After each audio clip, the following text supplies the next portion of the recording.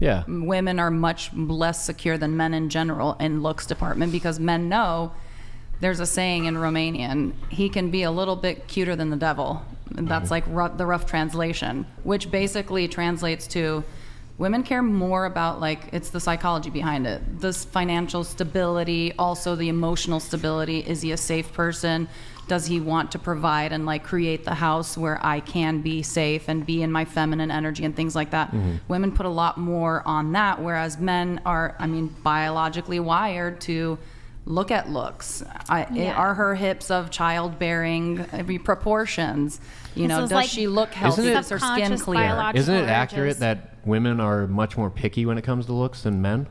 I think that's a statistical that must be a modern thing, a modern dating thing. I also co-sign. Exactly. Yeah. No, it's not a modern thing, because for centuries, for eons and eons, like, men have chased that sexual urge. That's their natural biological instinct. So yeah, I don't think that's like a modern take on it. They're saying the opposite. They're saying that women are more. No, women are more picky, but that's what I'm saying. I'm saying they're more picky when it comes to looks. Yes, and men are not, because men are pursuing the sex, and they just I think men have a specific hormone pumping through their body that makes them not care nearly as much. Exactly. Sorry, I was shouting there. Also, speaking, I think it came up earlier on in the conversation.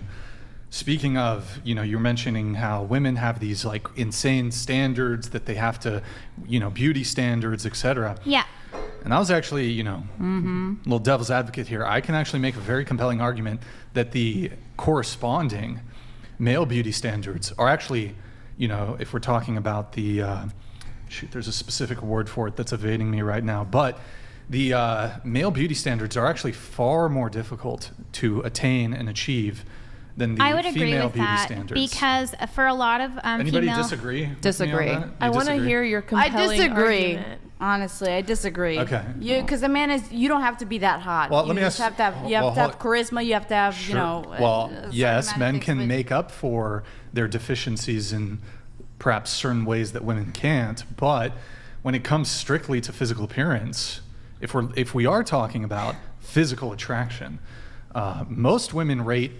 I think the study or the statistics on this are most women rate like 80% of men as unattractive. And like this is evidence. But why though? Yeah, so what? That's why I said I disagree, because I feel like the comparable to like apples to apples, whereas for women it's the looks, but for men I feel like the heightened expectation in society is like, they've got to make at least 6 figures, and they've got to have a house, and they've got to do this, and they need to pay all of our bills, and my money's my money, and his money is our money. And like, I think that's maybe where I would agree more with like the unrealistic expectations and standards in today's society, but not necessarily in looks. I think for like women though, we can easily go to like a salon or whatever and get our nails done, our makeup done, our hair done. We can change a lot about ourselves. We have all these options, but like men can't grow taller, men can't, not be bald. Makes a big difference. Yeah, have you ever seen a man that's tattooed like hair on his bald head? Well, like they're doing stuff too. There are barbershops that do that. But I would say it is probably harder for men to attain those standards. However, I will say a lot of men just kind of don't put in, like I put in a lot of effort, maybe some men don't like the effort I put in, but I put in a lot of effort to like look presentable. A lot of men just kind of show up. And I feel like they. I don't agree with that. I don't know if maybe it's in Canada, because I'm looking through the apps and on the street, and I'm just like, I feel like I'm doing a lot. Okay, and they're doing very my little. counter to that would be, well, what are all the things that men need to do in order to be attractive to women? Like, he could have to work on himself for years, whereas you say, oh, well, I got to spend an extra 30 minutes in front of the fucking mirror. No, I think if a guy's funny, it goes a long way. Oh yeah, like I totally agree. Like I say this, but but in a sense, for me, like what I would like in a guy, I just want him to maybe take care of himself in the sense that he's like well groomed. I don't care so much about his height. I don't care so much about his weight. Like, I'm not picky. I want a man who's relatively average, even in his income. I just prefer someone above average attitude. above average. That's all I'm looking for. Someone with a great attitude. And so I'm saying, like, there are women out there who prefer that. It's not like we're like, you've got to do X, Y, Z, but a lot of women do. But I'm not really interested in speaking about outliers. Yeah, no, it is an outlier. That's true. It is true. But I'm just saying, I'd rather speak in generalities, because we could have a conversation about, well, what's the dating meta of, like, you know, if you have dwarfism. Yeah. We could talk about it. I just don't think it's really productive to have well, what if you're a dwarf? Okay. Yeah. Well, I guess I just don't, because I feel like a lot of people who consume this content, and it is very, like, intriguing and insightful, but I feel like sometimes it's so, maybe it's real, but it's very negative, and I don't want people to feel like there's not people. How's it negative? Because it may be truthful, but I just feel like when you consume content that just constantly tells you that, like, women are all after your money, essentially, and men can never do enough to please a woman. But it's when you're saying that, like, you know, men have to do way more to impress a woman and all these things. It's just, that's factually true. Generally, it's factually yes. true. But I'm saying the reason I said it is because it's not always true. And I know you hate the outliers, but I just want people to know there is hope out there. Okay, if I can concede that it's not always true, can you concede that it's generally true? Mostly 100%. generally yes, true? 100%. So I guess I just wasted your time. I with that forgot what the question. Yeah, I was just about to ask, what was your the original thought? One time I watched dwarf porn, and I felt really bad afterwards. Thank you for sharing. That was Thank you. beautiful. Just saying. So what was the original thought? Well, my position was that even speaking strictly when it comes to physical appearance, I actually think there are far more stringent beauty. Beauty's not the perfect word, but beauty. Let's just physical attraction standards. There's far more stringent beauty standards on men than the reverse. For example, here's one example, and we can actually show you a couple things. But I would argue that when it comes to body fat percentage, which is just one metric that people typically use for finding somebody attractive, I would say that the acceptable body fat percentage range in terms of body types that men will find attractive versus the reverse, it's much more wider in women. So women can fall within a much greater diversity when it comes to their body fat. Like a man can like a woman with a low body fat percentage, you know, thin, athletic, boom, boom, boom, all the way to, like, thick. Actually, most men don't like women with low body fat because they feel like it looks too masculine even. Well, okay. And then when I say healthy range. We're just saying the range. Healthy range. Yeah. Healthy range here. I think I mean, just anatomically, like, if you learned anything about, like, anatomy and physiology, women naturally inherently hover around a 20 to 30% body fat range. That's just naturally where we are, especially as we age. Men, only super athletes are like 6% body fat. So the average is somewhere closer to like 10 to 16%.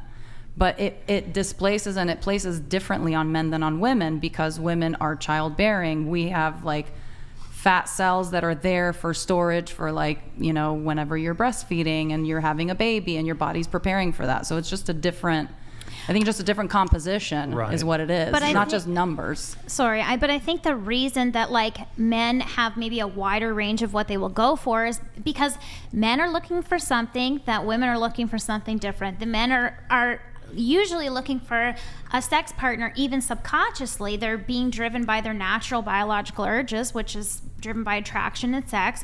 So they're which going is to why have a why wider, do they want sex biologically? Because they were born that way. Because they want to procreate. Yes, exactly. That's the natural biological wiring. Urge. But that's why I'm saying that, like, men will have a wider range of what they will find physically acceptable because they have an urge to procreate, so they're going to take maybe what they can get. Women also have an urge to procreate. Oh yeah, they do. But I'm saying that it's women are less driven by sex and attraction, so they're more so looking for, like, generally a relationship or that kind of thing. So I just think that's why women are looking for something a little bit different. Like they're more specific about what they want, whereas men are like. It's not that I don't actually think that that's even true. I think what ends up happening. Are you familiar? I'm assuming that since you've seen the show, you're familiar with the term hypergamy. Yes. So here's what I think ends up happening. It's not that there's a lack of men that are not willing to commit to women. Here's what I think the major thing is that, and this relates to your position on promiscuity, how you think that, well, actually promiscuity, like the promiscuity in women is actually kind of men are, you know, to blame, basically. No, that's not at all what I said. Okay, well, we can get into that later. But, no. But when it comes to hypergamy, so what ends up happening is there are plenty of men that are willing to be in relationships with women. However, they're mostly entirely invisible to women. They're overlooked because women are hyper-focusing on the most attractive men. The most attractive men, the most desirable men get all the attention. Yeah. All the attention. And these men have there's no reason for them to commit. Very minimal substance. There's no reason for them to commit. They can get all the women. But the women want those men for commitment, but they're not going to commit. Yes, I totally agree with you on that. I understand that. It's the truth. On the flip side is true as well. It is true because, I had men when I was... The flip side is also true. What's true? Men will also seek out like the Instagram fitness model body type and whatnot. Yes, a lot do. of them. I'm not throwing blanket statements, but that's we're talking generalities. Generally speaking, men have told me, "Oh, I don't like plastic surgery. Fake tits are great when they're covered, but not when they're uncovered." And I'm like, okay, then why are you so attracted to so many women that have triple Ds? I don't think the argument that Brian's trying to make is men don't find super attractive women super attractive. No, but that they flock. They flock, just like he's saying women flock to good, hyper-attractive men. What he's saying is that most women will only seek relationship from a higher tier of man. So like attractiveness, wealth. So like athlete, celebrity, actor, This something is like true. that. Why shouldn't women be in charge of who gets to procreate? Why shouldn't women be in charge of who gets to make an have, argument you know? here. I understand you want to butt in, but just let me finish what I'm trying to say. Well, that's the whole point of the thing. Everybody gets to talk, right? Okay, Go ahead. Just let me finish. So, but men, conversely, we will recognize that super attractive women are super attractive, but we are going to be willing to find relationships with people who are on our level or sometimes below.